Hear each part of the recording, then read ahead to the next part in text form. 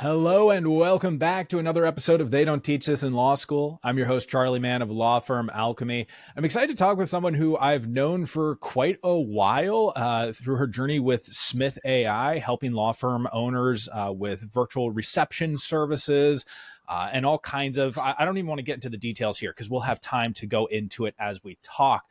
But she's now in the role of Senior Vice President of Growth at Smith.ai, and someone who I know is quietly influential and very well connected in the profession through the work that she's done with lawyers. So I'm very excited to have on the show Maddy Martin. Maddy, great to have you here. Thanks for having me, Charlie. Thanks for the nice introduction. Absolutely. So let's get into it. What's the one thing they don't teach you in law school? Well, I think it's business skills and some business discernment, especially around sales and marketing. Discernment. Ooh, yes. I'm interested in that word. Where that comes from. Well, first, let me talk about the business skills in general. We know from the Clio report data year after year that there is, a strong sense among attorneys that they are confident in their legal skills, but half of those are confident in their business skills, right? And not only that, when you're expressing a sense of overwork, overwhelm, when there are not courses in law school around, running a business, running the sales and marketing and growth of a business, how do you balance the operations and the legal work? There's a lot that lawyers are left with on their plate that they're unsure of, which is in direct contrast to their confidence on the legal side. When their confidence is so low on the business side, it leads to frenzy, confusion, haphazard decision-making, turning to avenues and channels where that discernment would really serve you well if you had a foundation of knowledge. But what happens is people are often blown by the changes in the wind or the tone of certain Facebook groups or events that they attend. And that can be very influential. And without that discernment, how do you know that the advice that you get or the marketing agency or the sales consultant that you hire, how do you know that they are providing the best advice for you if you haven't had any foundational education in that realm? Yeah, so that is a huge issue that I see as well. Is the you said the fun part out loud here, which is people go to conferences. Sometimes there's kind of a wave that comes into the profession. You and I, as people who exist in the legal support and success space, we've seen these waves in a really 30,000 foot view. Rather than the wave crashing into us, we're watching the wave happen. So I'm curious, are there any particular waves that you've seen or you're worried about coming in that are maybe being overly influential? I think there are a few different waves that I've seen over the last 7 years. There is a wave of automation. There is a wave of delegation and outsourcing that can be very effective. It can be incredibly effective. But again, coming at it with reasonable expectations, with bite-sized pieces that often are very low-hanging, high-impact fruit, so to speak. We think about, adding the virtual receptionist, or we think about adding a lightweight practice management solution. But where people get really bound up and spun around themselves is when they go into a deep dive expert conversation and they haven't even explored the basics. They want to shoot for the moon and solve everything possible, but they've never even dabbled in Zapier or Make or some of these tools. They haven't documented their processes. I see a lot of conversations that are theoretical or even fantasy in some of these groups and in live conversations where the question that I really ask is, how well have you documented what you're currently doing before you go and make a change? When I was a long time ago getting my bachelor's degree in economics, one of the things that they talk about is, only changing one variable and assuming everything else stays the same, ceteris paribus, how do you measure, and this is something that comes up often in sales and marketing, how do you measure the effect of that change, right? So if you first have your documentation, you look at your law firm and you say, here's how everything is operating. I can see it from a bird's eye view. And the documentation confirms how we're operating. It's not lagged or behind. You're keeping it up to date. Okay. And then you say, I'm going to hire an intake specialist, or I'm going to add live chat on my website, or I'm going to revise the homepage or my web form or something, or whatever the case may be. You have to look at what the current state is and be able to measure that single change one at a time. And that requires patience and it requires precision so that you can take a step-by-step approach where you know what the impact was of that single change. And then you can go on from there. If that was successful, keep it. If not, revise or remove it, right? And I think there's just this sense of frenzy that, the legal profession is behind. We need to adopt more technology. We need to get there faster. And typically the most successful business owners are the ones who are very deliberate, very careful and thoughtful, set their goals up in the beginning for what do I expect the outcome of this change to be? And then that's your hypothesis. How do we perform against that goal?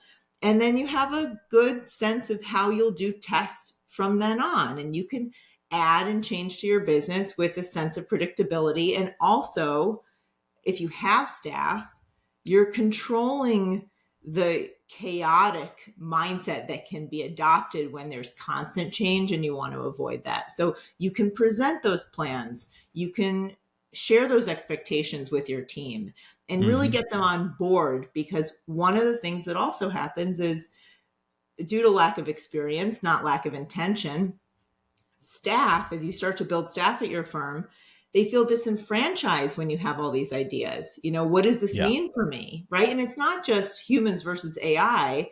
It's, what does it mean if the CRM has all of these automations? What do I do? What does it mean if we put our intake form online? That's my job, right? So we need to be really helping attorneys to see clearly what the process of change is going to be, and then take those ideas that they have and insert them into that roadmap carefully so that there's a plan and it doesn't feel so frenetic. So in a firm, where the data sets are not as large, because I hear what you're saying, totally agree. And I know that there are some firms who can very quickly adopt a single variable, let's track the data, be able to see the effect potentially within, say, 30 to 45 days. For some of the smaller firms where their data sets are not statistically significant for, say, 90 or even 180 days, how can we best balance the desire of the entrepreneur to make shifts in order to see some impact with that data-driven analysis? I think when it comes to the small solo firms, those without a lot of call volume or intake forms coming through, it is important to look at each data point and to evaluate, what did we do well? What could we have done better? Sort of a postmortem. You can even get into the premortem, as we talk about it at Smith.ai. We can see where this is headed, and we want to start evaluating it before it's actually done. You don't have to wait for the postmortem necessarily to evaluate what went wrong. If you can catch it, turn it now. But I think it's important that you inspect every instance. And I'm thinking about, now this is not a tiny firm, but a larger firm who actually takes that mindset with almost every single call that comes in. And they have a fancy New York City firm. They are very communicative with Smith.ai, and they are constantly fine-tuning how our receptionists are handling their calls. They want to go from good to great, from better to best, right? And that is a mindset that is built from the solo days, right? That is not just a mindset that comes up all of a sudden for an experienced business owner. They decide to inspect things. I mean, you're laughing because it seems so obvious, but we have to say it out loud. Yes. It is something that you build as a habit right now in your small solo firm. And if you do that, then you carry that rigorous approach with you as you grow, and you grow much better, right? So, and you can choose to do that with the frequency that this firm does, or you could say, you know what, I have enough data, I can look at patterns, I can check in on that every so often. I can choose my level of, intensity or focus there. But it's critical that you inspect very carefully at the small stages. It's the same thing that when you read all the startup growth books out of Silicon Valley, everyone says do things that don't scale, right? When Yes. you're early on, that's why the CEO is talking to those customers of these Silicon Valley startups, because they want to hear those stories. They want to know exactly what that experience was. So make sure that you're paying attention to each experience. I think the simplest thing I would tell people to do is, first of all, you have no data if you don't try. A great example is Agreed. website chat. A great example is your website form. What do we often see? There's no website chat. Why? You don't experience enjoying it yourself. Okay, well, that's an assumption. That's a belief that you have. And a belief is just a thought that you've repeated several times to yourself to become ingrained into a belief. And then you take that assumption, and you say, you know what, let me challenge that assumption. So what assumptions do you have that you can challenge? Let's say that it's website chat. Do my clients and potential clients want that channel? The only way to know is to add it to your website, open up that channel, and see Yes. what comes through, because the data shows that on average you're going to see one net new lead for every 4 calls that you get. It could have a really big impact. That's a big Wow. growth rate in your total lead volume if you can open that channel up, and if your clients are willing to accept and utilize it, which many are. It's a quiet, private, silent channel for people with legal issues that can be extremely helpful. Same thing with opening up text messaging, let's say, right? So then let's look at your web form. And that's another great example of, often you have websites that have the form for these law firms, and it says, what's your name, email, phone number, and a big blank box that says, give us whatever message you feel like is inspiring you to contact their law firm today. And you may get their life story, you may get a Yep. few words, and it does not really shape the conversation that you want to have with your qualified leads, because you didn't get the structured data that you could possibly get if you look at that web form.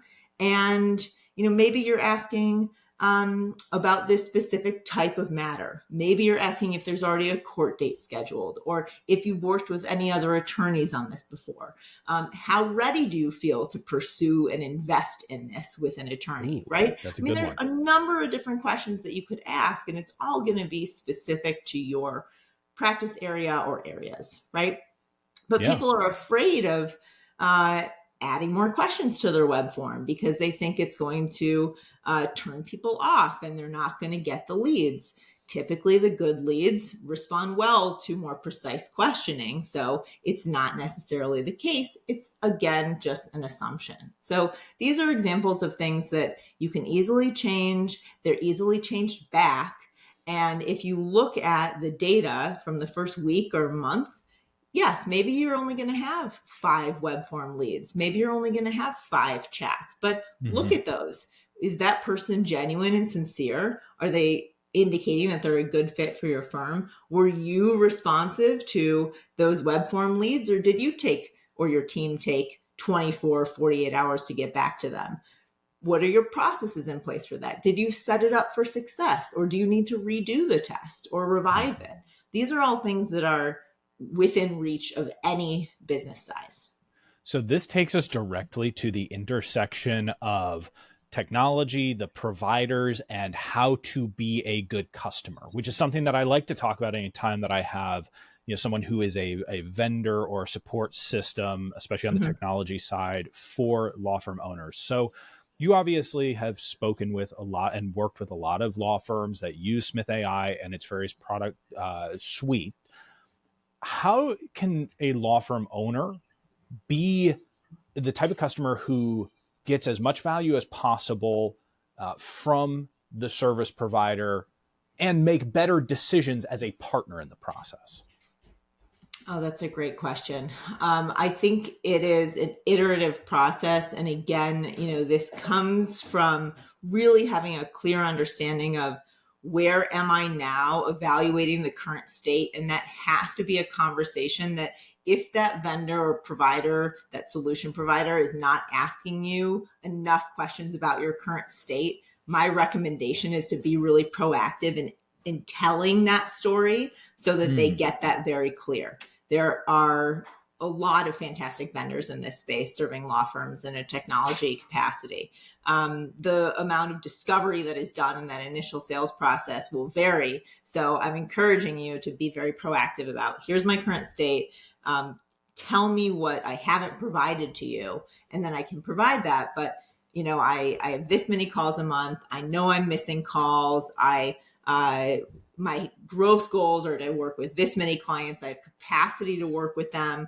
I'm struggling because I can't handle the after hours calls. That's the majority of the calls that I'm missing, plus some over the lunchtime, some early morning before we get into work. Okay, fantastic. And what is that new client worth to you? And what is your close rate from consultation to signature to check, right? So making sure that that's really robust and we have all those things down on paper is important, but then setting very clear expectations that the change towards that goal is not going to all be accomplished in day one, week one, month one, even quarter one, depending on the solution provider that you choose. If you are going, with someone, for an answering solution like Smith.ai, your impact is going to be very quick because it's the difference between missing calls and not missing calls. Easy, right?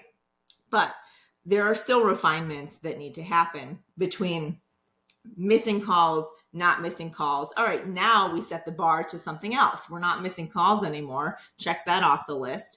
Now what do we look at? We look at how well are we handling those calls? How accurately are we answering questions? What do we need to change in that process that further refines the quality of the experience we're delivering, right? Now that's for a virtual receptionist service.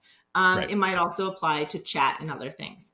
But for a CRM or practice management solution, those things do take time to build, and they are a much bigger overall investment of your firm's staff or the owner managing partner to make successful, right? I'll give you an example just from our world. We have a tool that we use called Outreach.io. It integrates with Salesforce, and there is a forecasting component that we have paid to add on to Outreach, right? And that helps us visualize data and a forecast for the month and quarter that's helpful to management.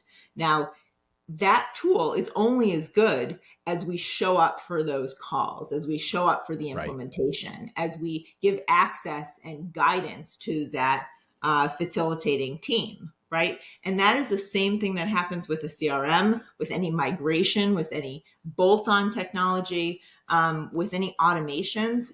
There's the setup investment, and I would ask very clearly what is required and how long will this take on the optimistic and pessimistic sides of it. And then, what is it going to look like on an ongoing basis to monitor it? And that is really where a lot of people fall short. And that's where a lot of senior leadership teams get very frustrated with teams who've been delegated the responsibility of implementation or use of these systems. For example, let's say that you set up a practice management system and you have a lot of automations in place.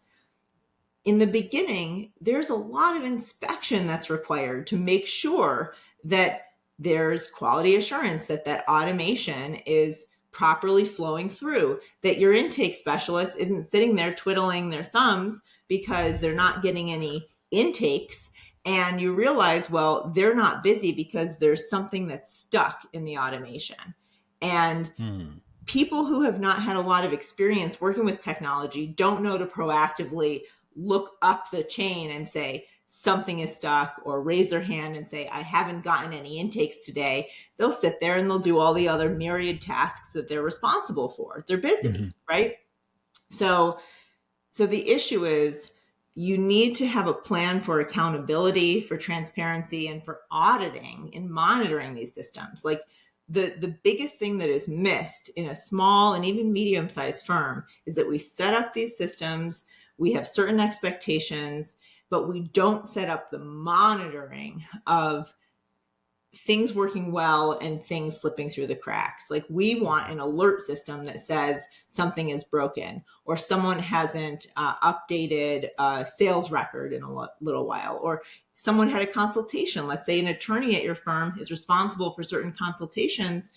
You had a consultation yesterday, your notes aren't logged. That stage didn't change from Right. validation or closing or whatever stage you've assigned to that sales lead, right? So if you're working a potential client and your business has no visibility into the viability of all these leads that are coming through, then you have a problem.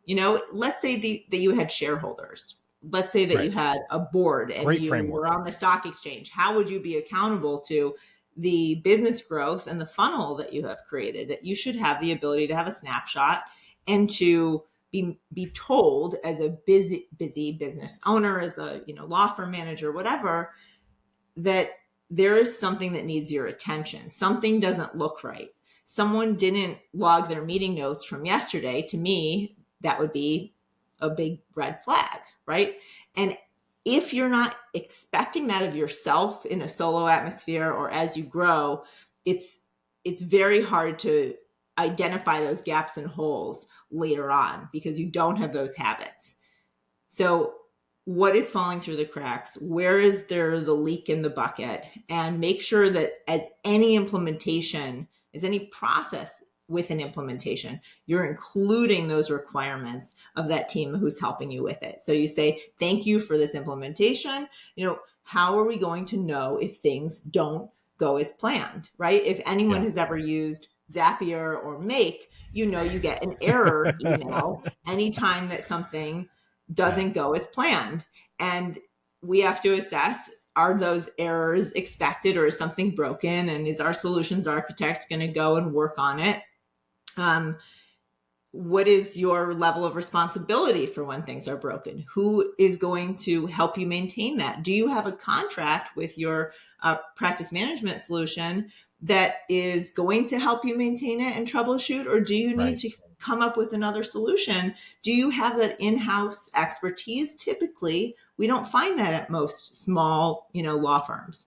Yeah. So it can be a big challenge, and it can be a big shock to the system that, and I know I'm really harping on this, but I see it so often that there are too many surprises when we could have proactively monitored, and then we don't have someone to fix it, and it feels like a meltdown, right? So how do you get ahead of that?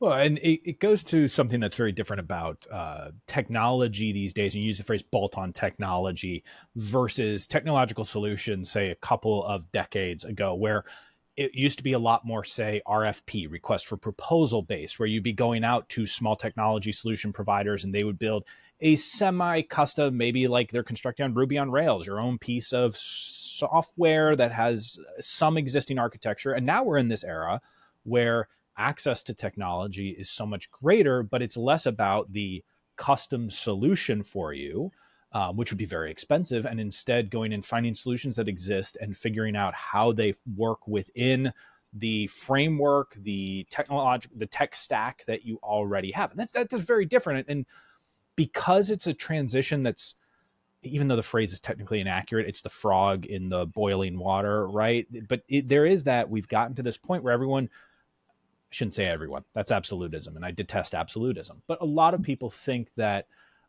when they purchase a piece of software, it's going to solve every possible problem for them, even though it is technically a bolt-on solution. And whether that's the virtual receptionist space where you are bolting on a team, an asset, or you're bolting on live chat, there are oftentimes expectations, very high expectations. I know you encounter this, very high perfection, oftentimes level expectations to solve the problem.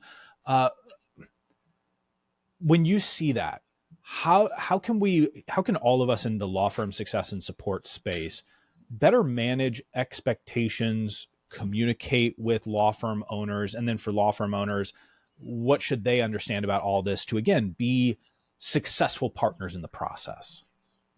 Yeah, that's a great question. And it comes up very often that we will interact with potential clients for Smith AI, and they say, look, here's our current state.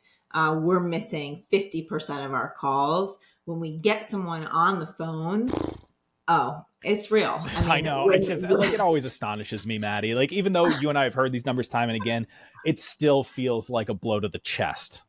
It is, and it's a big point of frustration in having the solutions to help with that. Yeah. When it comes to that perfectionist mindset, to just take that crawl, walk, run approach, and realizing that any locomotion is really going to have an outsized impact, and it does not need to be that perfection is the only option for success as a metric, right? So, for example, going from 50% to 99%, okay, well, we can do that. Now, I want you to do X, Y, and Z on these calls. Okay, well, if you want transfer to be the most important thing, a warm transfer to someone on your team. Well, if they're not available, we need to solve that problem. Then you say, I want the backup to be a scheduled appointment. But you have a very complex process for figuring out how to schedule that appointment and all of these rules and exceptions. Well, I charge a consultation fee, but if they hem and haw about it, you can give it for free. I mean, imagine hundreds of agents looking at that instruction on that call profile. It would be extremely challenging for anyone to discern in that situation, what is my level of authority and autonomy to interpret, and that's what we don't want to do, to interpret, okay, this is an area where I can offer a free consultation. I'm about to lose this caller. I mean, that's Right. a personal tolerance, right? How much stress does one individual feel who's a virtual receptionist on our team when someone says, I might need to talk to my spouse about it? Well, is it worth waiting a moment and calling them back the next day and saying, did you have a chance to talk to them? Yes, they'll pay your consultation fee. Or do you hurry and say, oh, it can be free for you, right? And how does that affect your brand? So there are a lot of complexities and ways to overthink something as simple as an answering an intake process that we see binding up law firm owners. And they've read so much, I mean, until they're blue in the face. And it needs to be taking a step back and thinking really clearly about what is the best client experience, what gives the best sense of your brand and the value that you have in that consultation. If you do charge for a consultation, what does it mean to so quickly offer a free one? Now, that's not a common scenario, but there are a lot of permutations of reaching for perfection by meddling in all these really minute details that make it a challenge to be successful for you, as the law firm overall. And that's what I would caution is, what's most important? Answering those missed calls. Absolutely. Let's tackle that. Let's make sure that they get in touch with someone either immediately or on a scheduled call. If that's the most important thing to you, maybe take a look at how you're charging for consultations. Do you need to charge for them? You're not in the consultation business. That's not how you plan to make money over the long run. You're in the legal services business. That's how you make your real money, right? So sometimes it takes a little bit of collaboration and an open mind to evaluate, like, how are we going to achieve our goals and what gets us 80% of the way there versus how behind we are now. Isn't that improvement something to celebrate? And then we can revisit what the new set of expectations may be and how we can continue to tinker, which of course we're happy to do. But coming to the table with a laundry list, it's like buying a house, right? Like, you come to the table with a laundry list of everything you want, and you want a separate laundry room. Not a lot of houses have a beautiful separate laundry room. Most of us are doing laundry in our basements or wherever, right? At least I am. So that wasn't something that I was going to die on that hill, right? So you have to think about what really materially is going to affect my day to day. Do I want that extra bathroom? Yes, I do. Is that more important than the laundry room? Yes, it is. I see this beautiful house. Does that look great? Like a good home for me? Yes. Am I willing to have some, compromise?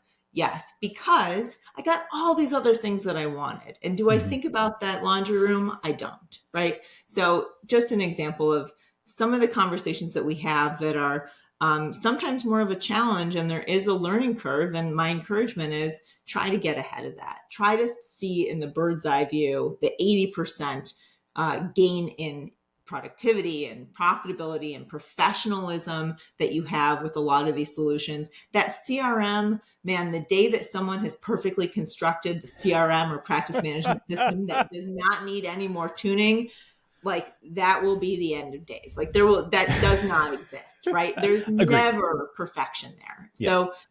So, moderate your expectations, and my encouragement is spend more for the systems where you have that really good feeling that this is something you will use. You Yes. like the people who you're meeting with, you like the interface, you like the correspondence that you've had, you feel they're responsive to you and they pay attention to your specific needs, and they offer ongoing support. Because let me tell you, the other thing that people miss very often with technology is how much maintenance it will require, and Yeah. that support through the company delivering that technology is almost always more affordable than the ad hoc or third party support that you can get with other providers, right? Mm.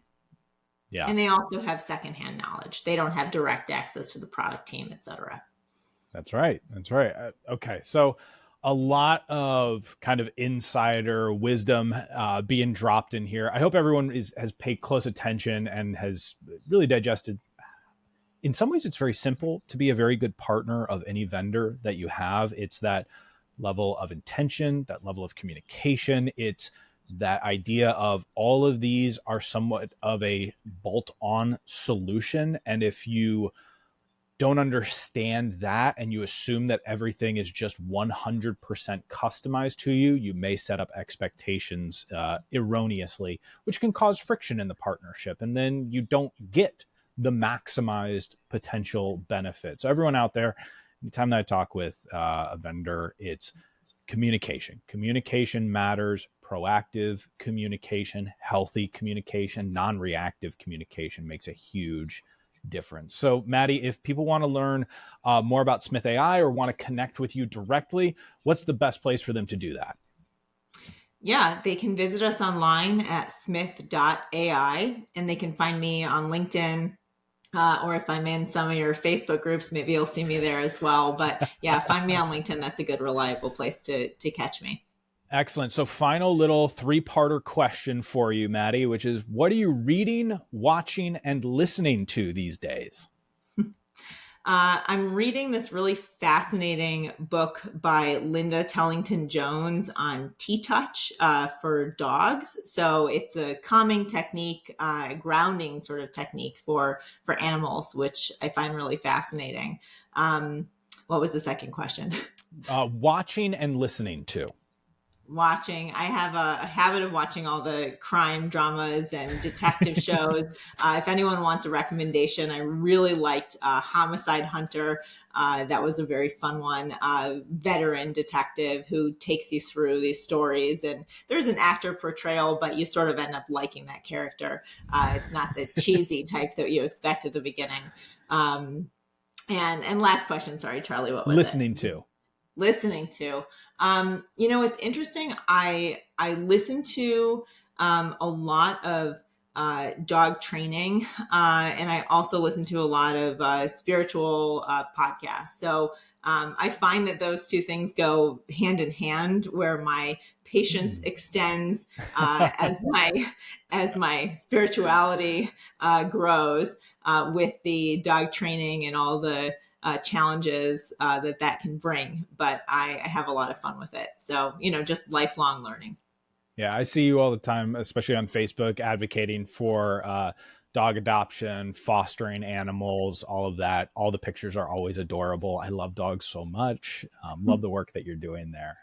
Thank Maddy, you. thank you so much for being on the show, sharing your insight as an insider within an organization like Smith AI. I'll mention real quick for anyone listening, Smith AI is among the companies that have stayed very consistent on my list of top recommendations because there's been a level of consistency. Many other companies have kind of jumped up, jumped down, and Smith AI has always been a very solid provider in the profession. I say that with the highest regard toward it. So, for all the work that you're doing over there, thank you, Maddy, and thanks again for being on the Thank you. show. Thank you so much, Charlie. That means a lot to us. And yeah, we're very much looking forward to serving your listeners and your clients as well. Fantastic. And we will see you all in the next episode of They Don't Teach This in Law School.